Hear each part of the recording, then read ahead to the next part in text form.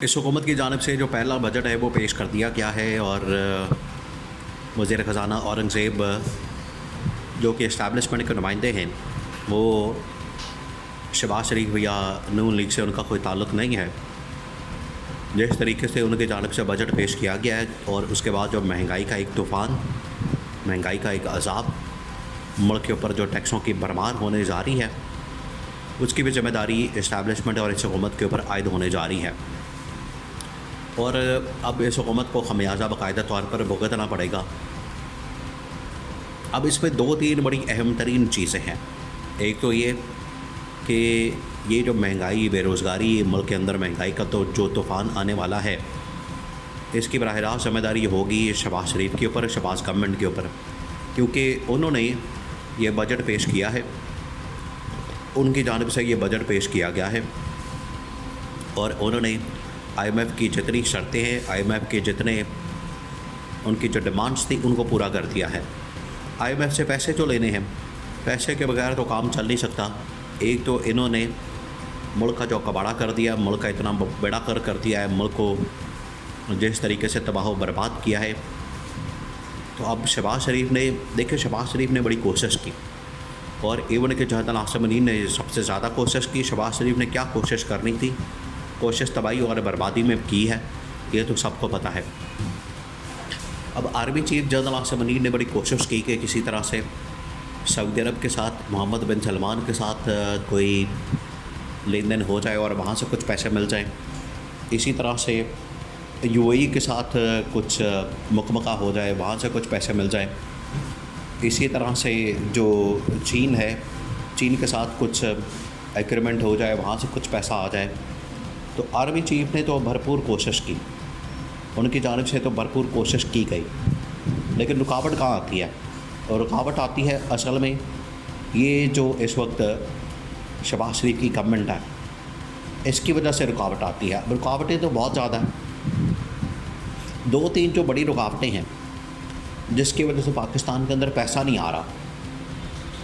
पैसा नहीं आना तो आपका बजट फिर इसी तरह से महंगाई, बेरोज़गारी के ऊपर होगा, उसकी वजह से महंगाई का तूफ़ान आएगा। और अगर पैसा आ जाता,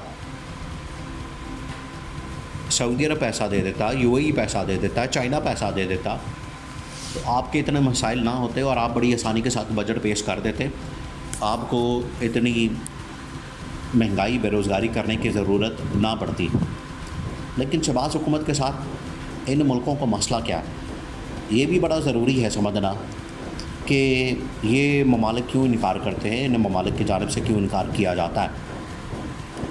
सबसे पहले तो सऊदी अरब, बल्कि ये जो तीनों मुल्क हैं, सऊदी अरब, UAE और चीन, इन तीनों ने कहा अब आगे इनका प्लान ये बनता है, होगा तुर्की जाएंगे, अमेरिका जाएंगे, वहाँ से भी पैसे लेकर आएंगे, वहाँ भी रोना धोना होगा। वही शहबाज शरीफ का पुराना बेकारी बन के जाना, रोना धोना, उसका कोई फ़ायदा नहीं होता।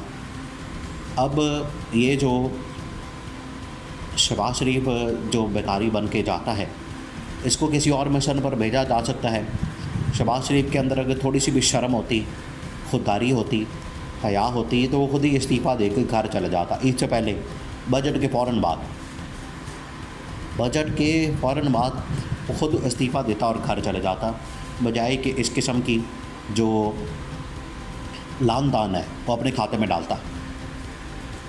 अब UAE, सऊदी अरब और चीन, तीनों ने इस हवाले से जो बात की है, जो मामला सामने रखा है, उन्होंने कहा है कि हम आपके साथ नहीं चल सकते, आपके मुल्क में इन्वेस्टमेंट नहीं कर सकते, मुल्क में आपके स्टेबिलिटी नहीं है।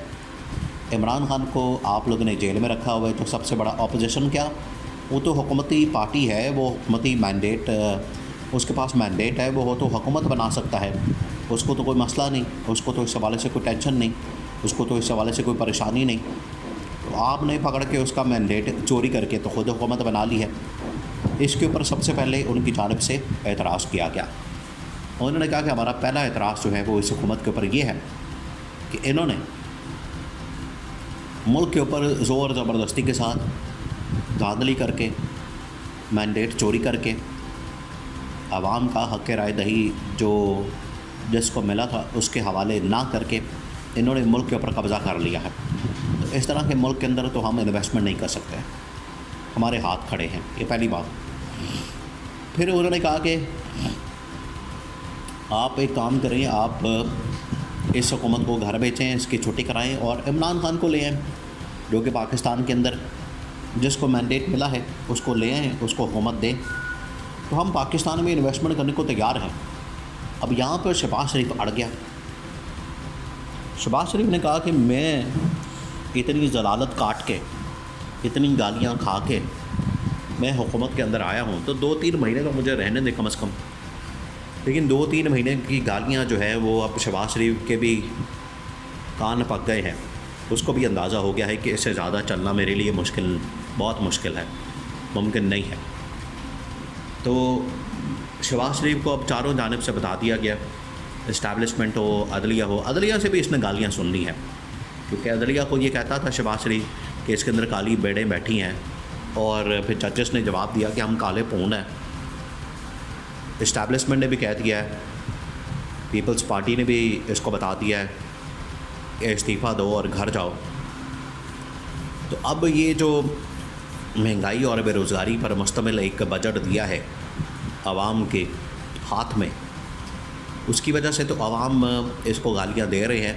शहबाज शरीफ जैसा बेशर्म आदमी वो नहीं बैठेगा, वो नहीं यहाँ पर हुकूमत छोड़ के जाएगा। इमरान खान के दौरे हुकूमत में हमेशा इमरान खान ने क्या किया कि जब भी बजट दिया आवाम के हक़ में दिया कि आवाम को किसी तरह से हम रिलीफ़ दें। इनकी जानिब से तो 1 रुपये का रिलीफ़ नहीं मिल रहा आवाम को, उल्टा तकलीफ़ मिल रही है, जो आवाम जान छुड़ाना चाहती है इनसे, लेकिन ये जान छोड़ के नहीं जा रहे, बैठे हुए मंजी डा के जान नहीं छोड़ रहे। लेकिन ये बजट इस कदर खौफनाक है, इस कदर ख़तरनाक है। और अब ये ईद आ गई है, ईद के बाद आप देखें मुल्क के अंदर कैसा तूफ़ान आता है महंगाई का। आवाम की उसने चीखें निकलवा देनी है। आवाम की जो चीखें हैं वो आसमान पे पहले ही पहुंची हुई हैं, जान छुड़ाना चाहते हैं इस हुकूमत से। लेकिन इस बजट के बाद और ईद के बाद जो आवाम के साथ होने वाली है, आवाम का जो हशर होना है, क्योंकि IMF ने जो डंडा दिया है, जो राड़ा दिया है, उन्होंने कहा है शराफिया के ऊपर टैक्स लगाओ। इन्होंने ये सारा टैक्स पकड़ के तो गरीबों के ऊपर लगा दिया, तो आप भुगते इस हुकूमत को।